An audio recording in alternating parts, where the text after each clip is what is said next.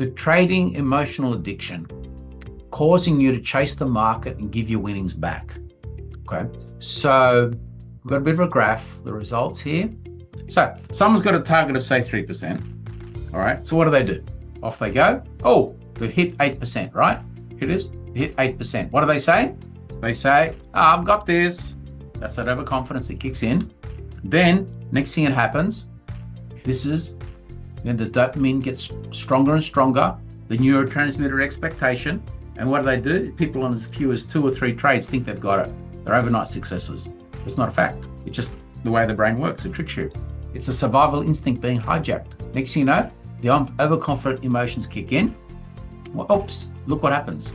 All of a sudden, if you ever ask someone at this point where you're going to be, and they're at 8%, they'll tell you they'll be at 16% by the end of the month. Without failure, they'll double the number. But what real human behavior does is this, bang, and next thing you know, they go, this is a refractory period. So the emotional charge of this, the dopamine drive of I've got this, the overconfidence, leads to holding that headspace all the way down to here. That's called a refractory period, okay? So that's like a brain fart. I have a lack of awareness of what's going in my head, and I'm just doing irrational behavior. So I got so excited the fact that I was going to do so well, and I ended up going to myself, I can't do this. Now hang on a sec, what happened? I'm on my way. Look at this. Look at this gap. And you notice something? We went past 3% twice.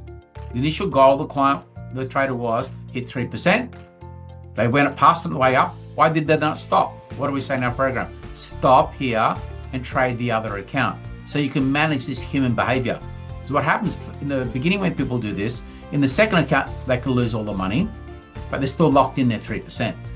All right, that's why we do that. That's why we trade 2 accounts, to manage this behavior. So look what humans do. They go past 3% once, they go past it on the way down twice, and then end up on 0. And they'll start going, what's wrong with me? This gap is called a biological shuffle. What we will do is learn the ability to reset the chemistry in our brain so we don't do this behavior. That's why we do what we do in the program. So we learn to reset that, or else that's what you do, and you're unaware of it. Oops. Okay, so what we want to do is this process here. Okay, instead of bang, bang, we want to head up, hit our 3, and stop, take a breath, observe what's going on before you proceed. Bring your emotional resilience into trading. Develop your metacognition, the ability to observe your own behavior.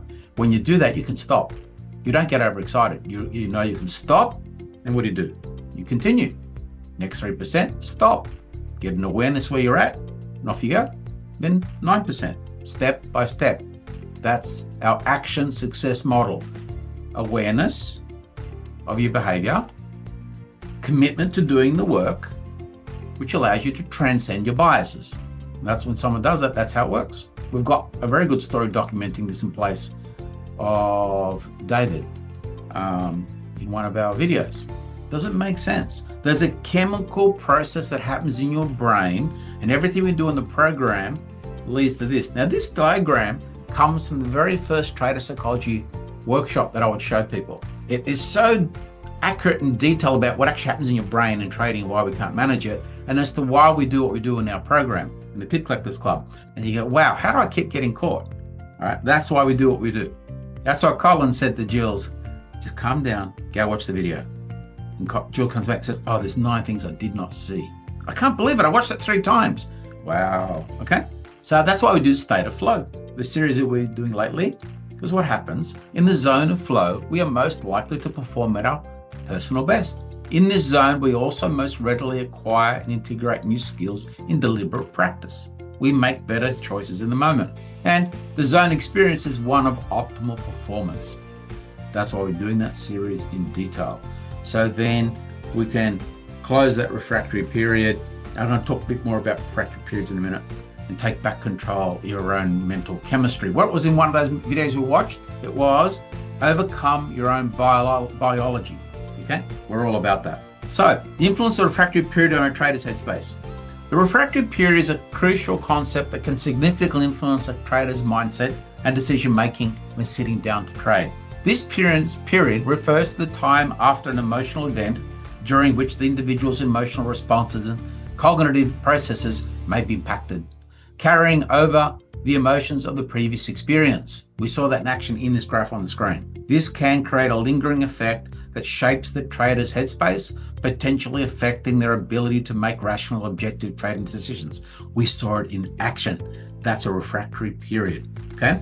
That is holding the emotional charge of the experience in your head. So what you got on the overconfidence at the top here, you carried it all the way down to the very bottom. Stunning what humans will do. Let's go a little bit deeper into this. The trading refractory period, extending the emotional aftermath of a trading losses. What happens? Well, there's an emotional aftershock. The refractory period extends the emotional impact of an event, causing lingering feelings and reactions. When trading, be like this, I can't do this. Then what happens? We have prolonged reactivity. The refractory period can make individuals remain sensitive and responsive to the events, the emotional stimuli long after it passed. What we call that in trading? That'd be called changing direction too often. Cognitive implications. The extended refractory period can influence thought processes, decision-making, and overall cognitive functioning related to the event. What does a trader do? The trader goes, this strategy does not work. We're saying it's a brain fart. Behavioral patterns. The lingering emotions from a refractory period can shape an individual's behaviors, coping mechanisms, and interpersonal interactions. What do they say? Trading's not for me. They give up. So they have no awareness of themselves. The refractory period's influence extends the emotional and psychological impact of an event, affecting various aspects of a trader's well-being and experiences. They give up before their time.